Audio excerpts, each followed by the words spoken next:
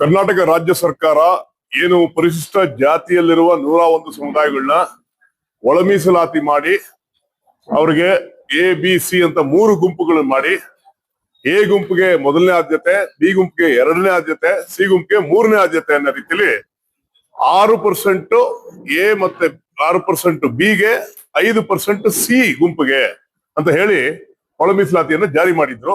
ಆ bill almost pass ಆಗೋ ಒಂದು ಹಂತಕ್ಕೆ ಬಂದಿತ್ತು. ಗವರ್ನರ್ ಹತ್ರ ತಗೊಂಡೋಗಿ ಅದನ್ನ ಪಾಸು ಮಾಡಿದ್ರಲ್ಲ, ಪಾಸ್ ಮಾಡಿದ್ರು. ಆ ಬಿಲ್ ಪಾಸ್ ಕೂಡ ಆಯ್ತು. ಆದ್ರೆ ಆ ಸಂದರ್ಭದಲ್ಲಿ ಯಾವಾಗ ಒಂದು ರೋಸ್ಟರ್ ಸಿಸ್ಟಮ್ ಬಂದು ಆ ರೋಸ್ಟರ್ ಸಿಸ್ಟಮ್ ಅಲ್ಲಿ ಬಹುತೇಕ ಎಲ್ಲ ನೇಮಕಾತಿಗಳನ್ನು ಎ ಗುಂಪಿಗೆ ಮಾತ್ರ ಹೋಗೋ ಒಂದು ಸಂಗತಿ ಯಾವಾಗ ನಮ್ಮ ಗಮನಕ್ಕೆ ಬಂತೋ ಆ ಸಂದರ್ಭದಲ್ಲಿ ನಾವು ಕೂಡ ಅದ್ರ ಬಗ್ಗೆ ಚರ್ಚೆ ಮಾಡಿ ಅದ್ರ ಬಗ್ಗೆ ಸರ್ಕಾರಕ್ಕೆ ಒಂದು ಎಚ್ಚರಿಕೆಯನ್ನು ಕೊಡಬೇಕು ಅಂತ ತೀರ್ಮಾನ ಮಾಡಿದ್ವಿ.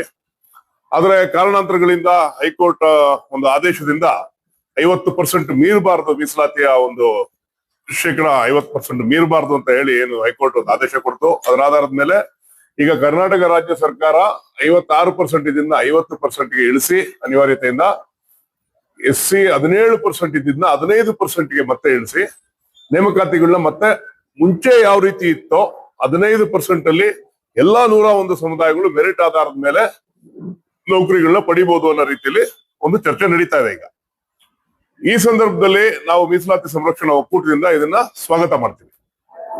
ಏನು 15% ಅಲ್ಲಿ ಎಲ್ಲಾ 101 ಸಮುದಾಯಗಳು ಮೊದಲು ಯಾವ ರೀತಿಯಲ್ಲಿ ಮೀಸಲಾತಿ ದೊರಕ್ತಿತ್ತೋ ಅದೇ ರೀತಿಯಲ್ಲಿ ಉದ್ಯೋಗಗಳನ್ನ ಕಲ್ಪಿಸೋದು ಬಹಳ ಸ್ವಾಗತಾರ್ಹ.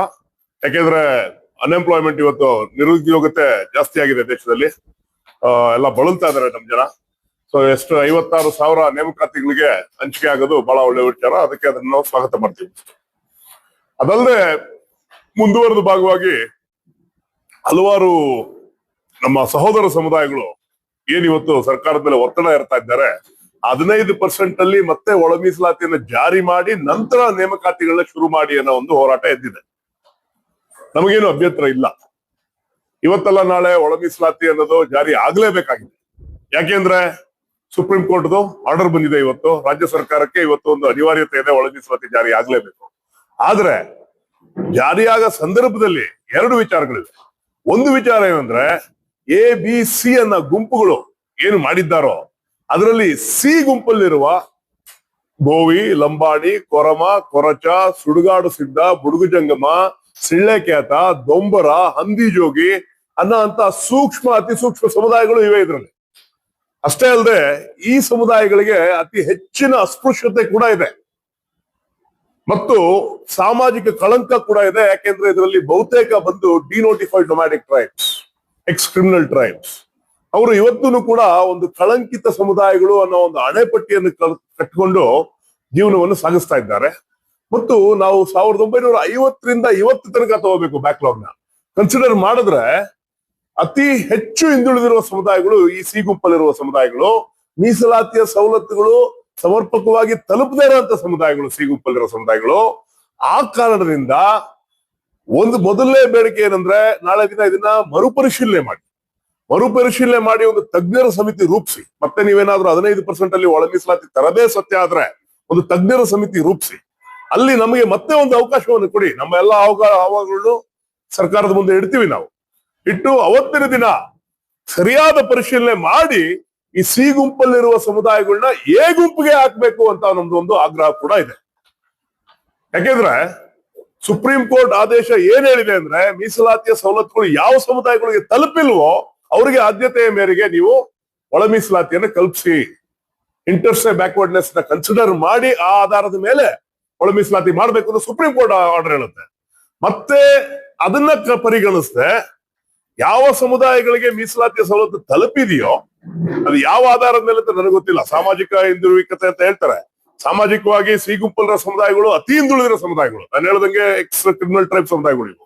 ಸಮಾಜದಲ್ಲಿ ಅತಿ ಹೀನಾಯ ಪರಿಸ್ಥಿತಿ ಇರುವಂತ ಸಮುದಾಯಗಳು ಇವು.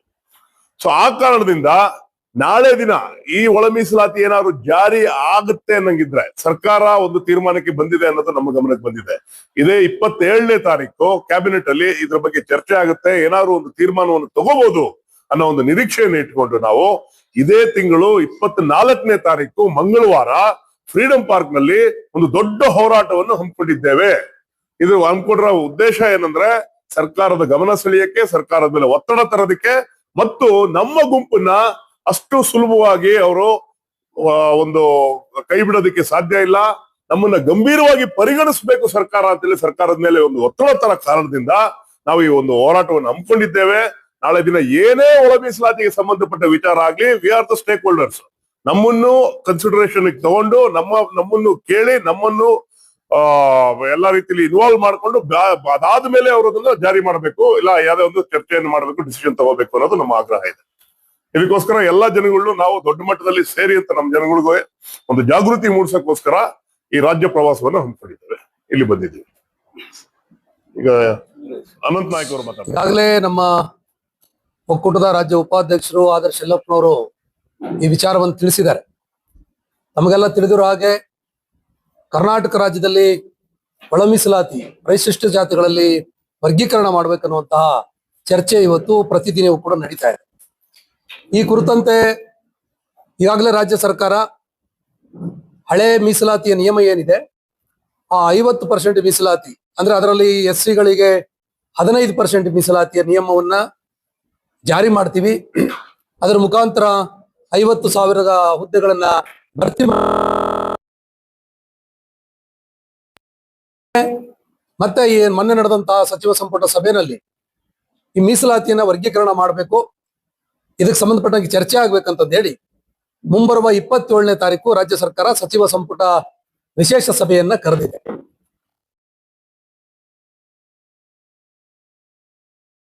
ಮತ್ತು ಇನ್ನಿತರ ಸೂಕ್ಷ್ಮ ಸಮುದಾಯಗಳೇನು ಪರಿಶಿಷ್ಟ ಜಾತಿಗಳಲ್ಲಿದ್ದೀವಿ, ನಾವುಗಳು ನಮ್ಮ ಹಕ್ಕುಗಳನ್ನ ಸಂರಕ್ಷಣೆ ಮಾಡಿಕೊಳ್ಳುವಂತ, ನಮ್ಮ ಮೀಸಲಾತಿಯನ್ನು ಉಳಿಸ್ಕೊಳ್ಳುವಂತ ಕಾರಣಕ್ಕಾಗಿ ನಾವು ಈ ಬಗ್ಗೆ ಚರ್ಚೆ ಮಾಡಿ ಸಚಿವರನ್ನ, ಮುಖ್ಯಮಂತ್ರಿಗಳನ್ನ, ಉಪಮುಖ್ಯಮಂತ್ರಿಗಳನ್ನ ಭೇಟಿ ಮಾಡಿ ನಮ್ಮ ಬೇಡಿಕೆಗಳ ಹಕ್ಕೊತ್ತಾಯಗಳನ್ನು ಸಲ್ಲಿಸ್ತಾ ಇದ್ದೀವಿ. ಸಲ್ಲಿಸೋದ್ರ ಜೊತೆಗೆ ಏನು 27ನೇ ತಾರೀಕು ಸಭೆ ನಡೀತಾ ಇದೆ, ಈ ಸಭೆ ಯಾವ ಕಾರಣಕ್ಕೂ ಏಕಪಕ್ಷೀಯ ನಿರ್ಧಾರವನ್ನು ತಗೊಳ್ಬಾರ್ದು. ಪರಿಶಿಷ್ಟ ಪಟ್ಟಿಯಲ್ಲಿರುವಂತಹ 101 ಸಮುದಾಯಗಳಲ್ಲಿ ಬಹಳ ಮುಖ್ಯವಾಗಿ ಲಂಬಾಣಿ, ಬೋವಿ, ಕೊರ್ಚಾ, ಕುರ್ಮ ಈ ಸಮುದಾಯಗಳಿದಾವಲ್ಲ, 2001ರ ಜನಗಣತಿಯ ಅಂಕಿಅಂಶಗಳು ಕೂಡ ಹೇಳಿದಾವೆ. ಅಥವಾ ಇತ್ತೀಚೆಗೆ ರಾಜ್ಯ ಸರ್ಕಾರ ನ್ಯಾಯಮೂರ್ತಿ ನಾಗಮೋಹನ್ ದಾಸರವರ ಆಯೋಗದ ಮುಖಾಂತರ ಮಾಡದಂತಹ ಸಮೀಕ್ಷೆಯ ವರದಿಯಲ್ಲೂ ಕೂಡ ನಮ್ಮ ಸಮುದಾಯಗಳು ಅತಿ ಶೈಕ್ಷಣಿಕವಾಗಿ ಹಿಂದುಳಿದಿದೆ ಅನ್ನುವಂಥದ್ದು ಅನೇಕ ದಾಖಲೆಗಳು, ಅಂಶಗಳು ಇದರಲ್ಲಿದ್ದಾವೆ. ಈ ಮಧ್ಯೆ ರಾಜ್ಯ ಸರ್ಕಾರ ವ್ಯತಿರಿಕ್ತ ತೀರ್ಮಾನ ತಗೊಳ್ಬಹುದು ಅನ್ನುವಂತ ಒಂದು ಆತಂಕ ಇರೋದ್ರಿಂದ ರಾಜ್ಯ ಸರ್ಕಾರಕ್ಕೆ ನಾವು ಮನವರಿಕೆ ಮಾಡಿಕೊಡ್ಬೇಕು, ಅವರಿಗೆ ಎಚ್ಚರಿಕೆಯನ್ನು ಕೊಡಬೇಕು, ಆ ಮುಖಾಂತರ ನಮ್ಮ ಹಕ್ಕುಗಳನ್ನು ರಕ್ಷಣೆ ಮಾಡಿಕೊಳ್ಬೇಕು ಅನ್ನೋ ಕಾರಣಕ್ಕಾಗಿ ಇದೇ ತಿಂಗಳು 24ನೇ ತಾರೀಕು ಅಂದ್ರೆ ಮಾರ್ಚ್ 24ನೇ ತಾರೀಕು ಬೆಂಗಳೂರಿನ ಫ್ರೀಡಂ ಪಾರ್ಕ್ ನಲ್ಲಿ ಬೃಹತ್ ಒಂದು ಹೋರಾಟವನ್ನ ಹಮ್ಮಿಕೊಂಡಿದ್ದೇವೆ. ನಿಮಗೆಲ್ಲ ಗೊತ್ತಿದೆ ಹೋರಾಟದ ಅನಿವಾರ್ಯತೆ ಯಾಕಿದೆ ಅನ್ನುವಂಥದ್ದು ಬಹಳ ಮುಖ್ಯ. ರಾಜ್ಯ ಸರ್ಕಾರ ಇತ್ತೀಚೆಗೆ ಒಂದು ರೋಸ್ಟರ್ ಹಂಚಿಕೆ ಮಾಡಿ ಒಂದು ಆದೇಶವನ್ನು ಹೊರಡಿಸಿತು. ಈ ಆದೇಶದ ಅನ್ವಯ ನೇಮಕಾತಿ ಪ್ರಕ್ರಿಯೆಗಳು ಪ್ರಾರಂಭವಾದ. ಈ ನೇಮಕಾತಿ ಪ್ರಕ್ರಿಯೆಯಲ್ಲಿ ಉದಾಹರಣೆ ಹೇಳೋದಾದ್ರೆ ಧಾರವಾಡ ಕೃಷಿ ಯೂನಿವರ್ಸಿಟಿಯ ನೇಮಕಾತಿಯಲ್ಲಿ ABC ಅಂತಂದೇಳಿ ಪರಿಶಿಷ್ಟ ಜಾತಿಯ ಗುಂಪುಗಳನ್ನು ಮಾಡಿ ರೋಸ್ಟರ್ ಹೊರಡಿಸಿದ್ರು. ಇದರಲ್ಲಿ ಎಲ್ಲಾ ಹುದ್ದೆಗಳು ಗುಂಪು Aಗೆ ಮಾತ್ರ ಹಂಚಿಕೆ ಮಾಡಿದ್ರು. ಗುಂಪು 2 ಅದಕ್ಕೂ ಶೂನ್ಯ ಹುದ್ದೆಗಳು. ಗುಂಪು 3 ಅಂದ್ರೆ ನಮ್ಮ ಸಮುದಾಯಗಳು ಇರುವಂತಹ ಗುಂಪು, ಅದಕ್ಕೆ ಶೂನ್ಯ ಹುದ್ದೆಗಳನ್ನ ಹಂಚಿಕೆ ಮಾಡಿದ್ರು. ಹಾಗೇನೆ ಬೆಂಗಳೂರು ಅಭಿವೃದ್ಧಿ ಪ್ರಾಧಿಕಾರ BDA ಇದರಲ್ಲಿ ನೇಮಕಾತಿ ಪ್ರಕ್ರಿಯೆಗಳನ್ನು ಮಾಡಿದ್ರು. ಇದರಲ್ಲೂ ಕೂಡ ಎಲ್ಲಾ ಹುದ್ದೆಗಳು A ಗುಂಪಿಗೆ ಹಂಚಿಕೆ ಮಾಡಿದ್ರು. ಆರೋಗ್ಯ ಇಲಾಖೆ ನೇಮಕಾತಿ ಪ್ರಕ್ರಿಯೆಗಳನ್ನು ಮಾಡಿದ್ರು, ಅದರಲ್ಲಿ ಹಾಗೆ ಆಯ್ತು. ಮೈಸೂರು ಯೂನಿವರ್ಸಿಟಿನಲ್ಲಿ ಅದನ್ನ ಮಾಡಿದ್ರು, ಅದು ಕೂಡ ಹಾಗೆ ಆಯ್ತು. ಹಾಗೆ ಮೆಡಿಕಲ್ ಇಂಜಿನಿಯರಿಂಗ್ ನಲ್ಲೂ ಕೂಡ ಸಿಟಿ ಹಂಚಿಕೆ ಪ್ರಕ್ರಿಯೆಯಲ್ಲೂ ಕೂಡ ಈ B ಮತ್ತು C ಗುಂಪುಗಳಿಗೆ ಶೂನ್ಯ ಹುದ್ದೆಗಳು ಬರ್ತಾ ಇರೋರು ನೋಡಿದ್ರೆ ಒಳ ಮೀಸಲಾತಿ ಅನ್ನುವಂಥದ್ದು ಅದರ ಒಡಲಾಳದಲ್ಲಿ ದೊಡ್ಡ ಪ್ರಮಾಣದಲ್ಲಿ ಒಂದು ಅನ್ಯಾಯವನ್ನು ತುಂಬಿಕೊಂಡಿರುವಂತಹ ಈ ರೋಸ್ಟರ್ ಅನ್ನು ಮಾಡಿದ್ದಾರೆ ಅಂತ ಹೇಳಿ ಸರ್ಕಾರದ ಗಮನ ಸೆಳೆದಿದೆ. ಈ ರೋಸ್ಟರ್ ಪದ್ಧತಿಯನ್ನು ವಾಪಸ್ ಪಡಿಬೇಕಂತ ಹೇಳಿ ನಾವು ರಾಜ್ಯ ಮಟ್ಟದಲ್ಲಿ ಸಭೆಗಳನ್ನ ಏನು ಹೊರಡಿಸಿದ್ದಾರೆ. ಈ ಆದೇಶವನ್ನು ವಾಪಸ್ ಪಡಿಬೇಕು, ಹಳೆಯ ನಿಯಮದಂತೆ ಮೀಸಲಾತಿನ ಜಾರಿಗೊಳಿಸಬೇಕು. ಇದರ ಜೊತೆಗೆ ಬಹಳ ಮುಖ್ಯವಾಗಿ ಸರ್ಕಾರ ಒಳ ಮೀಸಲಾತಿ ವಿಚಾರದಲ್ಲಿ ಯಾಕೋ ಒಂದು ರೀತಿಯಲ್ಲಿ ತಾರಾತುರಿನಲ್ಲಿ ಅಥವಾ ಏಕಪಕ್ಷೀಯವಾಗಿ ತೀರ್ಮಾನಗಳನ್ನು ತಗೊಳ್ಳುವಂತದ್ದು ನಮಗೆ ಕಾಣಿಸ್ಕೊಳ್ತಾ ಇದೆ. ಈಗ ನ್ಯಾಯಮೂರ್ತಿ ನಾಗಮೋಹನ್ ದಾಸರ ಆಯೋಗದ ವರದಿಯ ಲೋಪಗಳನ್ನ ನಮ್ಮ ಸ್ನೇಹಿತರು ಹೇಳಿದ್ರು. ಇಲ್ಲಿವರೆಗೂ ಆ ವರದಿಯ ಸಂಪೂರ್ಣ ದತ್ತಾಂಶಗಳು ಜನಕ್ಕೆ ಸಿಕ್ಕಿಲ್ಲ. ಮನೆ ಸಮೀಕ್ಷೆ ಮಾಡಿದಂತ ದತ್ತಾಂಶಗಳು ಸಿಕ್ಕಿಲ್ಲ. ಸಿಗದೆ ಇರೋದಕ್ಕೆ ಏನಾಗಿದೆ, ಯಾವ ಸಮುದಾಯಗಳ ನೌಕರರು ಎಷ್ಟು ಜನ ಇದ್ದಾರೆ, ಭೂಮಿ ಎಷ್ಟಿದೆ, ಬಡತನ ಎಷ್ಟಿದೆ, ಈ ರೀತಿಯ ಕೊರತೆಗಳಿದಾವೆ. ಹಾಗಾಗಿ ಆ ವರದಿಯನ್ನ ಇನ್ನೂ ಬಚ್ಚಿಟ್ಕೊಂಡಿದ್ದಾರೆ. ಮೀನ್ಸ್ ಅಂತಂದ್ರೆ ಅದನ್ನ ಗುಪ್ತವಾಗಿ ಕಾಪಾಡ್ಕೊಂಡಿದ್ದಾರೆ. ಇನ್ನೊಂದ್ ಕಡೆ ಈಗ ಕೇಂದ್ರ ಸರ್ಕಾರ ಇಡೀ ದೇಶವ್ಯಾಪಿ 2026ರಿಂದ ನಮ್ಮ ಸಮೀಕ್ಷೆ ಪ್ರಾರಂಭವಾಗಿದೆ, ಜನಗಣತಿ ಪ್ರಾರಂಭವಾಗಿದೆ. ಬಹುಶಃ ಆ ಜನಗಣತಿಯಲ್ಲಿ ನಿಖರವಾದಂತಹ ದಾಖಲೆಗಳು ಸಿಗುವಂತ ಸಾಧ್ಯತೆಗಳಿದ್ದಾವೆ. ಒಂದ್ ಕಡೆ. ಇನ್ನೊಂದ್ ಕಡೆ ನಿಮ್ಗೆಲ್ಲ ಗೊತ್ತಿರಬಹುದು, ಕರ್ನಾಟಕ ರಾಜ್ಯದ ಹಿಂದುಳಿದ ವರ್ಗಗಳ ಆಯೋಗ ಶ್ರೀ ಮಧುಸೂದನ್ ನಾಯಕರ ಅಧ್ಯಕ್ಷರ ನೇತೃತ್ವದಲ್ಲಿ ಈಗಾಗಲೇ ಒಂದು ಸಮೀಕ್ಷೆ ಮಾಡಿದ ಆಯೋಗ ನಡೆಸಿರುವಂತಹ ವರದಿ. ಇವು ಎರಡೂ ಬಂದ್ರೆ ಅವಾಗ ನಿಜವಾಗಲೂ ನ್ಯಾಯಮೂರ್ತಿ ನಾಗಮೋಹನ್ ದಾಸರ್ ಅವರ ನೇತೃತ್ವದಲ್ಲಿ ಮಾಡಿದಂತ ವರದಿಯ ಸತ್ಯಾಸತ್ಯತೆ ಏನು ಅನ್ನುವಂತ ತಿಳ್ಕೊಳ್ಳೋದಕ್ಕೆ ಸಾಧ್ಯ ಆಗ್ತದೆ. ಈ ಎಲ್ಲವೂ ಬಂದ ನಂತರದಲ್ಲಿ ಒಳ ಮೀಸಲಾತಿಯನ್ನ ಇತ್ಯರ್ಥ ಮಾಡೋದಕ್ಕೆ ಒಂದಿಷ್ಟು ಮಾಹಿತಿ ಸಿಗುತ್ತೆ ಹೊರತಾಗಿ ಈಗ ಅವನ್ನ ಬಚ್ಚಿಟ್ಟು ಅವು ಮಾಹಿತಿ ಇಲ್ಲದೆ ಮಾಡೋದಕ್ಕೆ ಹೋದ್ರೆ ಒಂದಲ್ಲ ಒಂದು ಸಮುದಾಯಕ್ಕೆ ಅನ್ಯಾಯ ಆಗ್ತದೆ. ಈ ರೋಸ್ಟರ್ ಪದ್ಧತಿಯಿಂದ ಜಲವಾದಿ ಸಮುದಾಯಕ್ಕೆ ಅನ್ಯಾಯ ಆಗ್ತಾ ಇದೆ, ವಲಯ ಸಮುದಾಯಕ್ಕೆ ಅನ್ಯಾಯ ಆಗಿದೆ, ಬೋವಿ ಲಂಬಾಡಿ ಸಮುದಾಯಕ್ಕೆ ಅನ್ಯಾಯ ಆಗಿದೆ, ವರ್ಚ ಕೊರಮ ಸಮುದಾಯಕ್ಕೆ ಅನ್ಯಾಯ ಆಗ್ತಾ ಇದೆ. ಈ ತರದ ರೋಸ್ಟರ್ ಮಾಡೋದ್ರ ಮುಖಾಂತರ ಇಡೀ ಅಧಿಕಾರಿಗಳು ಯಾರು ಮಾಡಿದಾರೋ ಅನ್ನೋದನ್ನ ಇವತ್ತು ಸ್ಪಷ್ಟಪಡಿಸ್ಬೇಕು. ಅಥವಾ ಈ ರೋಸ್ಟರ್ ಮಾಡೋದಕ್ಕೆ ಯಾರು ಮುಂದೆ ಬಂದ್ರು ಅಧಿಕಾರಿಗಳ ಮೇಲೆ ಕ್ರಮ ತಗೊಳ್ಬೇಕಂತಂದ್ರೆ ಮಾನ್ಯ ಮುಖ್ಯಮಂತ್ರಿಗಳನ್ನ ನಾವು ಒತ್ತಾಯ ಮಾಡಿದೀವಿ, ಅವರಿಗೆ ಕ್ರಮ ತಗೊಳ್ಬೇಕಂತ ಹೇಳಿ ದೃಢಪಡಿಸ್ಬೇಕಂತ ಹೇಳಿ ಹೇಳ್ತಾ ಇದ್ವಿ. ಈ ಪ್ರಾಬ್ಲಮ್. ಇದ್ರ ಜೊತೆಗೆ ಇನ್ನೊಂದು ಸಮಸ್ಯೆ ಏನಂತಂದ್ರೆ, ಈಗ ಇಡೀ SC ಸಮುದಾಯಗಳಿಗೆ ST ಸಮುದಾಯಗಳಿಗೆ ರಕ್ಷಣೆ ಮಾಡೋದಕ್ಕಾಗಿ ನಾವು ಹಿಂದೆ ನಮ್ಮ ವಾಲ್ಮೀಕಿ ಶ್ರೀಗಳ ನೇತೃತ್ವದಲ್ಲಿ ಸುಮಾರು 248 ದಿನಗಳ ಕಾಲ ಧರಣಿ ನಡೀತು ಫ್ರೀಡಂ ಪಾರ್ಕ್ ನಲ್ಲಿ. ಮೊನ್ನೆ ಪೂಜ್ಯ ಇಮ್ಮಡಿ ಸಿದ್ದರಾಮೇಶ್ವರ ಸ್ವಾಮೀಜಿಗಳು, ಪೂಜ್ಯ ನಮ್ಮ ಸರ್ದಾರ್ ಸೇವಾಲಾಲ್ ಸ್ವಾಮೀಜಿರವರು, ನಮ್ಮ ಜಗನು ಮಹಾರಾಜರವರು ಎಲ್ಲರೂ ಕೂಡ ಅದು ಹೋರಾಟ ಬೆಂಬಲ ಕೊಟ್ಟಿದ್ರು. ಏನ್ ಬೇಡಿಕೆ ಅಂದ್ರೆ, ಪರಿಶಿಷ್ಟ ನಮ್ಮ ಗೋಪಾಲ್ ಮಹಾರಾಜರು ಪರಿಶಿಷ್ಟ ಜಾತಿಯ ನಮ್ಮ ಮೀಸಲಾತಿ 15 ಇದ್ದಿದ್ದನ್ನ 17ಕ್ಕೆ ಏರಿಸಬೇಕು, ಪರಿಶಿಷ್ಟ ಪಂಗಡದ ಮೀಸಲಾತಿ 3 ಇದ್ದಿದ್ದನ್ನ 7ಕ್ಕೆ ಏರಿಸಬೇಕಂತಂದೇಳಿ ಹೋರಾಟ ಮಾಡ್ತಾ ಇದ್ವಿ. ರಾಜ್ಯ ಸರ್ಕಾರ ಅದನ್ನು ಒಪ್ಪಿ ಅದನ್ನ ಆದೇಶ ಮಾಡಿತು. ಆದ್ರೆ ಆದೇಶ ಮಾಡಿದ್ದನ್ನ ಈಗ ಇತ್ತೀಚೆಗೆ ಕೆಲವರು ಹೈಕೋರ್ಟ್ ನಲ್ಲಿ ಅದನ್ನ ಚಾಲೆಂಜ್ ಮಾಡಿದ್ದಾರೆ. ಚಾಲೆಂಜ್ ಮಾಡಿರೋದ್ರಿಂದ ಇಲ್ಲ 50ನ್ನ ಮೀರಿ ಮೀಸಲಾತಿ ಹೆಚ್ಚಳ ಮಾಡಿರೋದು ಅಸಂವಿಧಾನಿಕ ಅಂತ ಹೇಳಿ ಅದಕ್ಕೆ ತಡೆ ಕೊಟ್ಟಿದೆ. ತಡೆ ಕೊಟ್ಟು ಅದು ಈಗ 50% ಸೀಮಿತ ಆಗಿದೆ ಒಂದ್ ಕಡೆ. ಇನ್ನೊಂದ್ ಕಡೆ ಈ 17% ಹೆಚ್ಚಳ ಮಾಡಿದ್ದನ್ನ ಕೇಂದ್ರ ಸರ್ಕಾರದ ಲೋಕಸಭೆ ಕಳಿಸಿ ಆ ಲೋಕಸಭೆ ಸಂವಿಧಾನದ 9ನೇ ಪರಿಚ್ಛೇದಕ್ಕೆ ಸೇರಿಸಬೇಕನ್ನುವಂತಹ ಒಂದು ಪ್ರಕ್ರಿಯೆ ಇತ್ತು. ಆ ಪ್ರಕ್ರಿಯೆ ಇನ್ನೂ ನಡೆದಿಲ್ಲ. ಆ ಪ್ರಕ್ರಿಯೆ ನಡೆದು 9ನೇ ಶೆಡ್ಯೂಲ್ಗೆ ಸೇರಿ ಸಂವಿಧಾನಿಕ ಸಂರಕ್ಷಣೆ ಇದಕ್ಕೆ ಸಿಕ್ಕರೆ ಮಾತ್ರನೇ ನಮ್ಮ ಮೀಸಲಾತಿ ಹೆಚ್ಚಳ ಆಗ್ತದೆ. ಇಲ್ದಿದ್ರೆ SCಗಳಿಗೆ 2% ಮೀಸಲಾತಿ ಕೊರತೆ ಆಗುತ್ತೆ, STಗಳಿಗೆ 4% ಮೀಸಲಾತಿ ಕೊರತೆ ಆಗ್ತದೆ. ಹಾಗಾಗಿ ಈ 9th ಶೆಡ್ಯೂಲ್ ಸೇರಿಸುವಂತ ಪ್ರಕ್ರಿಯೆಯನ್ನ ರಾಜ್ಯ ಸರ್ಕಾರ ತಕ್ಷಣದಲ್ಲಿ ನಿಯೋಗ ಮಾನ್ಯ ಪ್ರಧಾನಿಯವರ ಬಳಿಗೆ ಹೋಗ್ಬೇಕು. ಮಾನ್ಯ ಪ್ರಧಾನಿಯವರಿಗೆ ಮನವರಿಕೆಯನ್ನು ಮಾಡಿ ಅವರಿಗೆ ಇದನ್ನ ತಿಳಿ ಹೇಳಿ ಇದನ್ನ 9th ಶೆಡ್ಯೂಲ್ಗೆ ಸೇರಿಸಬೇಕನ್ನುವಂತ ಬೇಡಿಕೆಯನ್ನ ನಾವು ಇಟ್ಕೊಂಡಿದ್ದೇವೆ. ಕೊನೆಯದಾಗಿ ವಿಚಾರ ಏನಂತಂದ್ರೆ, SC STಗಳಿಗೆ ಅಭಿವೃದ್ಧಿಗಾಗಿ ಅಂತಂದೇಳಿ ರಾಜ್ಯ ಸರ್ಕಾರ SCP TSP ಕಾನೂನು ಅಂತ ಹೇಳಿ ತಂದಿದೆ.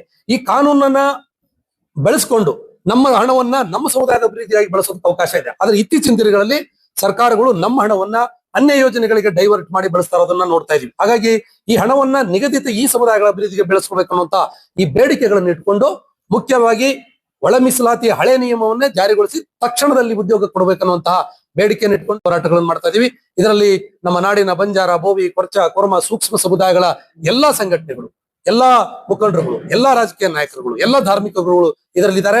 ಬಹಳ ಮುಖ್ಯವಾಗಿ ಈ ಹೋರಾಟ ಯಾರೋ ವ್ಯಕ್ತಿಗಳ ನೇತೃತ್ವದಲ್ಲಿ ನಡೆಯುವಂತ ಹೋರಾಟ ಅಲ್ಲ, ಇದು ಯಾವುದೋ ಒಂದು ಸಂಘಟನೆ ನೇತೃತ್ವದಲ್ಲಿ ನಡೆಯುವಂತ ಹೋರಾಟ ಅಲ್ಲ. ಈ ಹೋರಾಟ ಸಂಪೂರ್ಣವಾಗಿ ನಮ್ಮ ಸಮುದಾಯದ ಧರ್ಮಗುರುಗಳ ನೇತೃತ್ವದಲ್ಲಿ ನಡೀತಿರುವಂತ ಹೋರಾಟ. ಹಾಗಾಗಿ ಈ ಹೋರಾಟಕ್ಕೆ ಈ ಭಾಗದ ನಮ್ಮ ಬಿಜಾಪುರ, ಬಾಗಲಕೋಟೆ ಭಾಗದ ಬಂಧುಗಳು ಯಾವತ್ತಿಗೂ ಕೂಡ ನಮ್ಮ ಸಮುದಾಯಗಳ ರಾಜಧಾನಿ ಇದ್ದಂಗಿದು. ಇಲ್ಲಿ ಅವರು ಹೆಚ್ಚು ಜನ ಬಂದು ಇದರಲ್ಲಿ ಭಾಗವಹಿಸಿ ಯಶಸ್ವಿ ಮಾಡ್ಬೇಕಂತ ಹೇಳಿ ಮಾಧ್ಯಮದ ಮುಖಾಂತರ ವಿನಂತಿಯನ್ನು ಮಾಡ್ತೇವೆ. ಅನಂತ ಅಡ್ವೊಕೇಟ್ ಸಮ್ಮುಖ ಸಾನ್ನಿಧ್ಯವನ್ನು ವಹಿಸಿ ಈ ಹೋರಾಟವನ್ನ ಯಾವ ರೀತಿಯಲ್ಲಿ ಮಾಡಬೇಕು, ಸರ್ಕಾರಕ್ಕೆ ಯಾವ ರೀತಿಯ ಸಂದೇಶವನ್ನು ಕೊಡಬೇಕು ಅನ್ನುವಂತ ಹಿನ್ನೆಲೆಯಲ್ಲಿ ಆಗಮಿಸಿರ್ತಕ್ಕಂಥ ನಮ್ಮ ಬೋವಿ ಗುರುಪೀಠದ ಶ್ರೀ ಶ್ರೀ ಇಮ್ಮಡಿ ಸಿದ್ದರಾಮೇಶ್ವರ ಪೂಜ್ಯರಲ್ಲಿ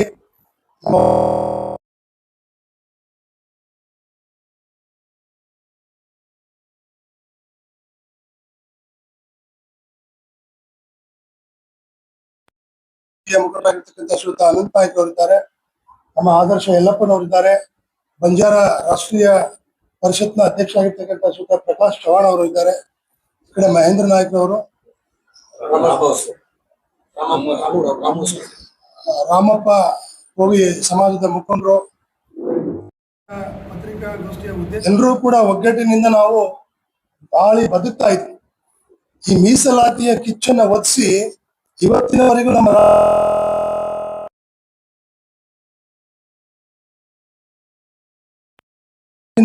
ಇರ್ಲಿಕ್ಕೆ ಆಗ್ತಾ ಇಲ್ಲ. ಎಲ್ಲರೂ ಒಂದು ಮನಸ್ತಾಪವನ್ನ ಉಂಟಾಗಿದೆ. ಹಾಗಾಗಿ ನಾವು ಯಾರು ಕೂಡ ಮೀಸಲಾತಿಯ ದ್ವೇಷಗಳ ಇವತ್ತೇನು ಬೆಂಗಳೂರು ಮಹಾನಗರದಲ್ಲಿ ಫ್ರೀಡಂ ಪಾರ್ಕ್ ನಲ್ಲಿ ಇದೆ 24ನೇ ತಾರೀಕು ಬೆಂಗಳೂರು ಚಲೋ ಏನು ಸರ್ಕಾರಕ್ಕೆ ನಾವು ಎಚ್ಚರಿಸುವಂಥ ಒಂದು ಕಾರ್ಯಕ್ರಮವನ್ನು ಹಮ್ಮಿಕೊಂಡಿದೆ. ಇಡೀ ರಾಜ್ಯದಾದ್ಯಂತ ಇವತ್ತು ಸುಮಾರು ಲಕ್ಷಾಂತರ ಏನು ನಮ್ಮ ಸಮಾಜದ ಬಾಂಧವರು ಇವತ್ತು ಫ್ರೀಡಂ ಪಾರ್ಕ್ನಲ್ಲಿ ಸೇರಿ ನಮ್ಮ ಹಕ್ಕೊತ್ತಾಯಗಳನ್ನು ನಾವು ಮಾನ್ಯ ಮುಖ್ಯಮಂತ್ರಿಗಳ ಗಮನಕ್ಕೆ ತರಲಿಕ್ಕೆ ಇಷ್ಟಪಡ್ತಾ ಇದ್ದೀವಿ. ಇವತ್ತು ನಮಗೆ ಘನವೆತ್ತ ಸರ್ಕಾರದ ಮಾನ್ಯ ಮುಖ್ಯಮಂತ್ರಿಗಳ ಮೇಲೆ ನಮಗೆ ನಂಬಿಕೆ ಇದೆ. ಅವರು ಹಿಂದುಳಿದ ವರ್ಗದ ನಾಯಕರು, ತುಳಿತಕ್ಕೆ ಶೋಷಣೆಗೆ ಒಳಗಾಗಿರ್ತಕ್ಕಂತಹ ದೀನ ದಲಿತರ ಸಮುದಾಯದ ಒಂದು ಶಕ್ತಿ ಅಂತೇಳಿ ನಾವು ನಂಬಿದೆ. ನಮ್ಮ ಯಾವ ಸಮುದಾಯಗಳಿಗೂ ಕೂಡ ಅವರು ಕೈ ಬಿಡೋದಿಲ್ಲ ಅನ್ನುವಂಥ ವಿಶ್ವಾಸ ಇದೆ. ಆದರೆ ಇವತ್ತು ಒಂದು ಸಮುದಾಯದವರು ಅವರ ಮೇಲೆ ಮೇಲಿಂದ ಮೇಲೆ ಒತ್ತಡವನ್ನು ಹೇರಿ ಇವತ್ತು 101 ಜಾತಿ ಸಮುದಾಯದಲ್ಲಿ ಒಂದು ಸಮುದಾಯ ಸರ್ಕಾರದ ಮೇಲೆ ಒತ್ತಡವನ್ನು ಹೇರಿ ಇವತ್ತು ಒಳ ಮೀಸಲಾತಿ ವರ್ಗೀಕರಣದಲ್ಲಿ ನಮ್ಮ ಮೀಸಲಾತಿಯನ್ನು ಪ್ರಮಾಣವನ್ನು ನಮಗೆ ಹೆಚ್ಚಿಗೆ ಕೊಡಿ, ಜನಸಂಖ್ಯೆ ಆಧಾರದ ಮೇಲೆ ಅಂತ ಹೇಳ್ತಾ ಇದ್ದಾರೆ. ನಮಗೆ ಯಾವುದೇ ಅಭ್ಯಂತರ ಇಲ್ಲ. ಇಲ್ಲಿ ನಮ್ಮ ಬಂಜಾರ, ಬೋವಿ, ಕೊರ್ಚ, ಕೊರಮ ಸಮುದಾಯದವರು, ನಮ್ಮ ಇತರೆ ಸಹೋದರ ಸಮುದಾಯದವರು ಯಾವ ರೀತಿಯಲ್ಲಿ ರಾಜ್ಯದಲ್ಲಿ ಬದುಕ್ತಾ ಇದ್ದಾರೆ ಅನ್ನೋದು ತಮಗೆಲ್ಲ ಗೊತ್ತಿದೆ. ಸರ್ಕಾರದ ಗಮನಕ್ಕಿದೆ. ಇವತ್ತು ಅವರ ಆರ್ಥಿಕ ಸ್ಥಿತಿಗತಿ ಹೇಗಿದೆ, ಅವರು ತಮ್ಮ ಹೊಟ್ಟೆಪಾಡಿಗಾಗಿ ಸ್ವಂತ ನೆಲೆ ಇಲ್ಲದೆ, ಇವತ್ತು ಸ್ವಂತ ಉದ್ಯೋಗ ಇಲ್ಲದೆ, ಇವತ್ತು ತಮ್ಮ ಹೊಟ್ಟೆಪಾಡಿಗಾಗಿ ಕೃಷಿಯನ್ನೇ ಇವತ್ತು ನಂಬಿ ಬದುಕಿರ್ತಕ್ಕಂಥ ಸಮಾಜ. ಅವರಿಗೆ ಸ್ವಂತ ಜಮೀನೇ ಇಲ್ಲ. ಎಲ್ಲೋ ಅರಣ್ಯ ಭೂಮಿಗಳನ್ನು ಏನು ತಾತ್ಕಾಲಿಕವಾಗಿ ಆ ಅರಣ್ಯ ಭೂಮಿಯಲ್ಲಿ ಕೃಷಿಯನ್ನು ಬೆಳ್ಕೊಂಡು ಅಲ್ಲಿ ಕೊಡ್ತಕ್ಕಂಥ ಅಧಿಕಾರಿಗಳ ಒಂದು ಕಿರುಕುಳವನ್ನು ಅನುಭವಿಸಿ ಇವತ್ತು ತಮಗೆ ಸ್ವಂತ ನೆಲೆ ಇಲ್ಲದೆ ಇವತ್ತು ಒಂದು ರಾಜ್ಯದಿಂದ ಒಂದು ರಾಜ್ಯಕ್ಕೆ ಹೋಗ್ತಾ ಇದ್ದಾರೆ. ನಮ್ಮ ಬಿಜಾಪುರ ಜಿಲ್ಲೆ, ಗುಲ್ಬರ್ಗ ಜಿಲ್ಲೆ ತಮಗೆ ಗೊತ್ತು, ಮಾಧ್ಯಮದ ಬಂಧುಗಳಿಗೆ, ಸರ್ಕಾರಕ್ಕೆ ಗೊತ್ತು. ಇವತ್ತು ನಮ್ಮ ಏನು ಇದೇ ಜಿಲ್ಲೆಯಲ್ಲಿ ಅತಿ ಹೆಚ್ಚು ನಮ್ಮ ಬಂಜಾರ ಸಮುದಾಯದವರು, ನಮ್ಮ ಬೋವಿ, ಕೊರ್ಚ, ಕೊರ್ಮ ಸಮುದಾಯದವರು ಇವತ್ತು ಮುಂಬೈ ಭಾಗದಲ್ಲಿ, ಇವತ್ತು ಮುಂಬೈ, ಮಹಾರಾಷ್ಟ್ರ, ಗೋವಾ ರಾಜ್ಯದಲ್ಲಿ ಹೋಗಿ ಇವತ್ತು ಎಷ್ಟೋ ಕುಟುಂಬದವರು ತಮ್ಮ ಊರನ್ನೇ ಬಿಟ್ಟು ಹೋಗಿದ್ದಾರೆ. ಆ ಸಂದರ್ಭದಲ್ಲಿ ಗುಳೆ ಹೋಗಿರ್ತಕ್ಕಂಥದ್ದು. ಆ ಸಂದರ್ಭದಲ್ಲಿ ಒಂದು ಎಂಪರಿಕಲ್ ಡಾಟಾವನ್ನು ಕಲೆಕ್ಟ್ ಮಾಡಿ ಅಂತೇಳಿ ಸರ್ಕಾರ ನಮಗೆ ಏನು ಆದೇಶ ಹೊರಡಿಸಿದಾಗ ಆ ಊರಿಗೆ ಬರ್ತಾರೆ ಜನಗಣತಿಯ ಒಂದು ಇದನ್ನು ಸಮೀಕ್ಷೆಯನ್ನು ತಗೊಳ್ಳಿಕ್ಕೆ. ಆ ಸಂದರ್ಭದಲ್ಲಿ ಎಷ್ಟೋ ಕುಟುಂಬದವರು ಅಲ್ಲಿ ಊರಲ್ಲೇ ಇಲ್ಲ, ಮನೆಯಲ್ಲೇ ಇಲ್ಲ, ಖಾಲಿ ಮನೆ ಬೀಗ ಹಾಕಿರ್ತಕ್ಕಂಥದ್ದನ್ನು ನೋಡ್ಕೊಂಬಂದು ಅಧಿಕಾರಿಗಳು ಸರಿಯಾದಂಥ ಸಮೀಕ್ಷೆಯನ್ನು ನಮ್ಮ ಜನಗಣತಿಯ ಸಂಖ್ಯೆಯನ್ನು ಸ್ಪಷ್ಟವಾಗಿ ಕೊಟ್ಟೇ ಇಲ್ಲ. ಇದು ಒಂದು ಕಡೆ ಆಗಿದೆ. ಹಾಗಾಗಿ ಇವತ್ತು ಏನು ನಮ್ಮ ರಾಜ್ಯ ಸರ್ಕಾರಕ್ಕೆ ನಾವು ಕೆಲವೊಂದು ಬೇಡಿಕೆಗಳನ್ನು, ಹಕ್ಕೊತ್ತಾಯಗಳನ್ನು ನಾವು ಮಾಡೋದಕ್ಕೋಸ್ಕರ ಇವತ್ತು ಇದೇ ತಿಂಗಳು 24ನೇ ತಾರೀಕು ನಾವು ಒಂದು ಬೃಹತ್ ಪ್ರತಿಭಟನೆ ಬೆಂಗಳೂರು ಚಲೋ ಅನ್ನುವಂಥ ಒಂದು ಕಾರ್ಯಕ್ರಮವನ್ನು ಹಮ್ಮಿಕೊಂಡಿದ್ದೇವೆ. ಇದರಲ್ಲಿ ಯಾವುದೇ ರೀತಿಯಲ್ಲಿ ನಮಗೆ ಅನ್ಯಾಯ ಆಗಬಾರ್ದು. ಈ ಮೀಸಲಾತಿಯಿಂದ ನಮಗೆ ಹೊರಗಿಡತಕ್ಕಂಥ ಒಂದು ಷಡ್ಯಂತ್ರ ನಡೀತಾ ಇದೆ. ಬಹಳ ಮುಖ್ಯವಾಗಿ ಬಂಜಾರ ಮತ್ತು ಬೋವಿ ಸಮಾಜದವ್ರನ್ನ ಗುರಿ ಮಾಡಿದ್ದಾರೆ. ಇವರು ಮೀಸಲಾತಿ ಕ್ಷೇತ್ರದಲ್ಲಿ ನಮ್ಮ ರಾಜಕೀಯಕ್ಕೆ ಅಡ್ಡಿ ಬರ್ತಾರೆ, ಇವರು ಮೀಸಲಾತಿ ಕ್ಷೇತ್ರದಲ್ಲಿ ಈ ಬಂಜಾರ ಬೋವಿ ಸಮಾಜದವರು ಇವರು ಶಾಸಕರಾಗ್ತಾರೆ, ಮಂತ್ರಿಗಳಾಗ್ತಾರೆ ಅನ್ನುವಂಥ ಒಂದು ಏನು ಅವರಿಗೆ ಒಂದು ಭಯ ಕಾಡ್ತಾ ಇದೆ. ಮತ್ತೊಂದು ಅಸಂವಿಧಾನಿಕವಾಗಿರ್ತಕ್ಕಂಥ ಮಾತನ್ನು ಹೇಳ್ತಾರೆ. ಇವರು ಅಸ್ಪೃಶ್ಯರು, ಪುರುಷರು ಅನ್ನುವಂಥ ಒಂದು ಮಾತನ್ನು ಹೇಳ್ತಾರೆ. ಆ ಅಸ್ಪೃಶ್ಯರು ಅಂತ ಹೇಳಿದ್ರೆ ಇವತ್ತು ನಮಗೆ ಯಾರೂ ಉಳಿಸ್ಕೊಳ್ಳೋದಿಲ್ಲ, ನಮಗೆ ಯಾರೂ ಕೂಡ ಗೌರವ ಕೊಡೋದಿಲ್ಲ ಅಂತ ಹೇಳ್ತಾರೆ. ಹಾಗಿದ್ಮೇಲೆ ಅಸ್ಪೃಶ್ಯರು ಅಂತ ಹೇಳಿದ್ರೆ ಇವತ್ತು ಕೇಂದ್ರ ಸರ್ಕಾರದಲ್ಲಿ ನಮ್ಮ ನಾರಾಯಣ ಸ್ವಾಮಿ ಅವರು ಕೇಂದ್ರ ಮಂತ್ರಿ ಹೇಗಾದರು, ರಾಜ್ಯ ಸಂಪುಟದಲ್ಲಿ ನಮ್ಮ ಎಚ್ ಆಂಜನೇಯ ಅವರು, ಎಚ್ ಮುನಿಯಪ್ಪನವರು, ಆರ್.ಬಿ. ತಿಮ್ಮಾಪುರ ಅವರು ಮಂತ್ರಿ ಆಗಿದಾರಲ್ಲ, ಹಾಗಾದರೆ ಅವರು ಅಸ್ಪೃಶ್ಯರ? ಅವರು ನಿಜವಾದ ಅಸ್ಪೃಶ್ಯರು ಇವತ್ತು ಬಂಜಾರ, ಬೋವಿ, ಇವತ್ತು ಏನು ನಮ್ಮ ಸೂಕ್ಷ್ಮ ಅತಿ ಸೂಕ್ಷ್ಮ ಜಾತಿಗಳಿದ್ದಾವೆ, ನಮ್ಮ ಅಲೆಮಾರಿ ಸಮುದಾಯದವರು, ಇವರು ನಿಜವಾದದ್ದು. ಇವತ್ತಿಗೂ ನೀವು ಹಳ್ಳಿಗೆ ಬಂದರೆ ಇವತ್ತು ನಾವು ಕೈ ಒಡ್ಡಿ ನೀರು ಬಿಡ್ತಕ್ಕಂಥ ಪರಿಸ್ಥಿತಿನ ನಿಮ್ಮ ಪ್ರತ್ಯಕ್ಷವಾಗಿ ನೋಡ್ಬೋದು. ನಾವು ನಿಜವಾದಂಥ ಅಸ್ಪೃಶ್ಯರು, ಇಲ್ಲಿ ಎಲ್ಲರೂ ಕೂಡ ಅಸ್ಪೃಶ್ಯರೇ. ಹಾಗಾಗಿ ಬಾಬಾ ಸಾಹೇಬರು ಅಂಬೇಡ್ಕರ್ ಅವರ ಸಂವಿಧಾನದಲ್ಲಿ ನಾವೆಲ್ಲರೂ ಸಮವಾಗಿ ಬದುಕಬೇಕು, ಎಲ್ಲರಿಗೂ ಸಮಾನವಾದಂಥ ಗೌರವ ಸ್ಥಾನಮಾನ ಸಿಗಬೇಕು ಅನ್ನುವಂಥ ಒಂದು ಏನು ಹಕ್ಕನ್ನು ಕೊಟ್ಟಿದ್ದಾರೆ. ಅವರ ಆಶಯಗಳನ್ನು ಗಾಳಿಗೆ ತೂರಿ ತಮಗೆ ಇಚ್ಛೆ ಬಂದಂತೆ ಏಕಪಕ್ಷೀಯವಾಗಿ ಸರ್ಕಾರ ಯಾವುದೇ ಕಾರಣಕ್ಕೂ ನಿರ್ಧಾರ ತೆಗೆದುಕೊಳ್ಬಾರ್ದು. ಅದಕ್ಕೆ ನಾವು ಅವಕಾಶ ಕೊಡೋದಿಲ್ಲ. ಇದು ಈಗಾಗಲೇ ಹಿಂದಿನ ಏನು ಸರ್ಕಾರಕ್ಕೂ ಕೂಡ ನಾವು ಪಾಠವನ್ನು ಕಲಿಸಿದ್ದೇವೆ. ಇದು ಗೊತ್ತು, ಬಸವರಾಜ ಬೊಮ್ಮಾಯಿ ಅವರ ಸರ್ಕಾರದಲ್ಲೂ ಕೂಡ ಆ ಸರ್ಕಾರಕ್ಕೆ ಏನು ಪಾಠ ಹೇಳಬೇಕು, ಆ ಒಂದು ಉತ್ತರವನ್ನು ಏನು ಕೊಡಬೇಕು ಅಂತ ಕೊಟ್ಟಿದ್ದೇವೆ. ಈ ಸರ್ಕಾರದ ಮೇಲೆ ನಮಗೆ ನಂಬಿಕೆ ಇದೆ. ಇವರೇನಾದರೂ ಇದರಲ್ಲಿ ನಮಗೇನಾದರೂ ಅನ್ಯಾಯ ಮಾಡಿದ್ರೆ ಖಂಡಿತವಾಗಿ ಬಹಳ ಉಗ್ರವಾಗಿರ್ತಕ್ಕಂಥ ಒಂದು ಪ್ರತಿಭಟನೆಯನ್ನು ನಾವು ಸರ್ಕಾರದ ವಿರುದ್ಧವಾಗಿ ಮಾಡಬೇಕು ಅನ್ನುವಂಥ ಒಂದು ಇಚ್ಛೆಯನ್ನು ಇಟ್ಕೊಂಡಿದ್ದೇವೆ. ಇದು ಬರೀ ಇನ್ನು ಸಾಂಕೇತಿಕವಾಗಿರ್ತಕ್ಕಂಥ ಒಂದು ಹೋರಾಟ. ಇದು ಸಮಾಧಾನ ಶಾಂತಿಯುತವಾಗಿರ್ತಕ್ಕಂಥ ಹೋರಾಟ ಇದೆ. ಮಾನ್ಯ ಮುಖ್ಯಮಂತ್ರಿಗಳ ಮೇಲೆ ವಿಶ್ವಾಸವಿಟ್ಟು ನಾವೆಲ್ಲ ಹೋರಾಟವನ್ನು ತಯಾರು ಮಾಡಿಕೊಂಡಿದ್ದೇವೆ. ನಮ್ಮ ಬಿಜಾಪುರ ಜಿಲ್ಲೆಯಿಂದ ಕನಿಷ್ಠ ಪಕ್ಷ 10,000ಕ್ಕೂ ಹೆಚ್ಚು ನಮ್ಮ ಸಮಾಜದ ಬಾಂಧವರು, ನಮ್ಮ ಸೋದರ ಸಮಾಜದವರು 10,000ಕ್ಕೂ ಹೆಚ್ಚು ನಮ್ಮ ಒಂದು ಹೋರಾಟದಲ್ಲಿ ಪಾಲ್ಗೊಳ್ತಾರೆ ಅನ್ನುವಂಥ ವಿಶ್ವಾಸ ನಮಗಿದೆ. ಅದರ ಜವಾಬ್ದಾರಿನ ನಮ್ಮ ಪ್ರಕಾಶ್ ಚವ್ಹಾಣ್ ಅವರು, ಮಹೇಂದ್ರ ನಾಯ್ಕರವರು, ನಮ್ಮ ಬೋವಿ ಸಮಾಜದ ರಾಮಪ್ಪ ಅವರು, ಅಧ್ಯಕ್ಷ ಆಗಿರ್ತಕ್ಕಂಥ ರಾಮಪ್ಪ ಅವರು, ನಮ್ಮ ಕೊರಮ ಸಮುದಾಯದ ಮುಖಂಡರು ಕೂಡ ಇದನ್ನು ಜವಾಬ್ದಾರಿ ತಗೋಬೇಕು. ಪೂಜ್ಯ ಗೋಪಾಲ್ ಮಹಾರಾಜರವರ ನೇತೃತ್ವದಲ್ಲಿ ಈ ಒಂದು ಹೋರಾಟ ಯಶಸ್ವಿ ಆಗಬೇಕು.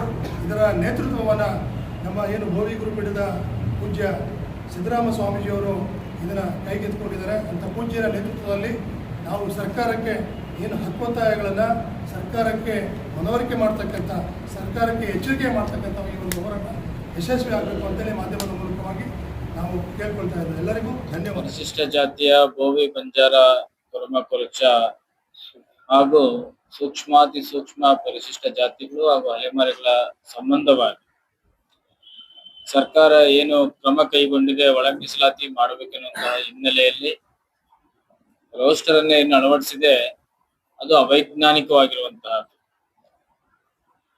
ಮೊದಲು ಯಾವುದೇ ಸರ್ಕಾರಿ ನೌಕರಗಳು ಅಥವಾ ಸರ್ಕಾರದ ಅನುದಾನಗಳು ಹಂಚುವಾಗ ಪರಿಶಿಷ್ಟ ಜಾತಿಗೆ ಮೇಲ್ಪಂಕ್ತಿಯನ್ನು ಹಾಕಿ ನೀಡ್ತಾ ಇತ್ತು. ಆ ಮೇಲ್ಪಂಕ್ತಿಯಿಂದ ಕಟ್ಟ ಕಡೆಯ ವ್ಯಕ್ತಿಯಾಗಿ ಇವತ್ತು ಬಿ ಮತ್ತು ಸಿ ಕೆಟಗರಿಗಳು ಬಂದಿರುವಂತಹ.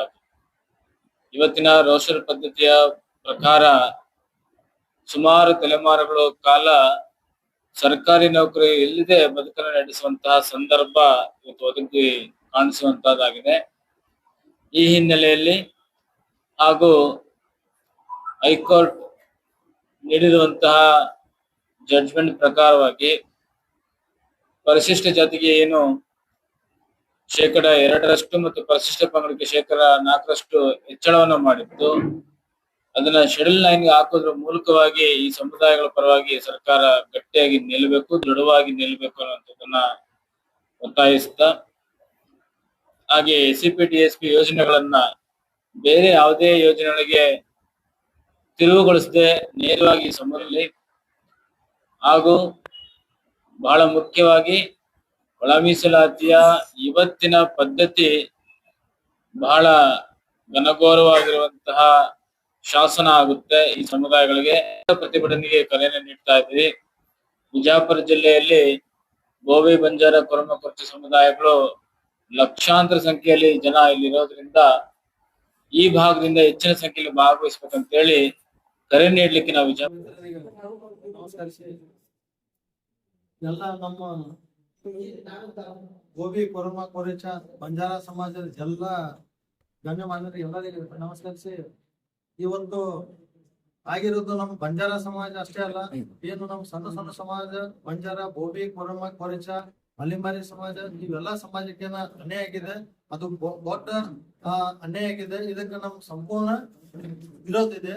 ಅದಕ್ಕೆ ಇವತ್ತು ಪೂಜ್ಯರು ಎಲ್ಲ ನಮ್ಮ ಪೂಜ್ಯರು ಕೂಡಿ ಇದನ್ನ ಈ ತರ ಹೋರಾಟ ಮಾಡಿದ್ರ ನಮ್ಮ ಸಮಾಜಕ್ಕೆ ಏನೋ ಒಂದ್ ನ್ಯಾಯ ಸಿಗ್ತದ ಅಂತ ಹೇಳಿ ಏನ್ ನಮಗೆಲ್ಲ ಕರೆ ಕೊಟ್ಟಿದ್ದಾರೆ.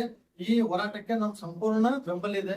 ಹಾಗಾಗಿ ಈ ಏನ ಸರ್ಕಾರ ಹಿಂದಿನ ಸರ್ಕಾರ ಅವರು ಕೂಡ ಮಾಡಿದ್ರು, ಏನ 4.5% ಕೊಟ್ಟಿದ್ರು. ಏನ್ 5 ಸಮಾಜ ಕೊಡಿಸಿ 4.5% ಕೊಟ್ಟಿದ್ರು. 5% ಕೊಟ್ಟಿದ್ರು.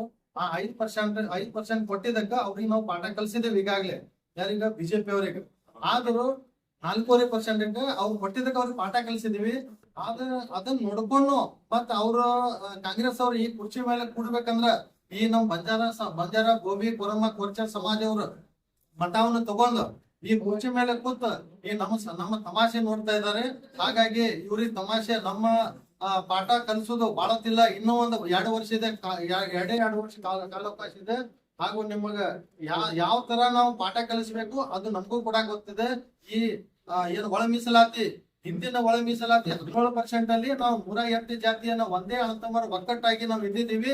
ಅದೇ ತರ ನಮ್ಮ ಎಲ್ಲಾ ಸಮಾಜ ಒಕ್ಕಟ್ಟಾಗಿ ಇರಾಕ ನಮಗ ಬಿಡಬೇಕು. ಇಲ್ಲಾಂದ್ರೆ ಈ ಉಗ್ರ ನಮ್ಮ ಪೂಜಾರ ನೇತೃತ್ವದಲ್ಲಿ ಏನಿದು ಹೋರಾಟ ಅದ, ನಾವು ಈ ಹೋರಾಟಕ್ಕೆ ಉಗ್ರ ಹೋರಾಟ ಮಾಡಕ್ಕೆ ನಾವು ಶತಸಿದ್ಧದೀವಿ. ಹಾಗೂ ನಮ್ಮ ಪೂಜಾರ ಏನ್ ಹೇಳ್ತಾರ ಅವ್ರ ಮಾತಿನಲ್ಲಿ ನಾವು ಈ ಹೋರಾಟ ಯಶಸ್ವಿ ಮಾಡಿ ಕೊಡ್ತೀವಿ.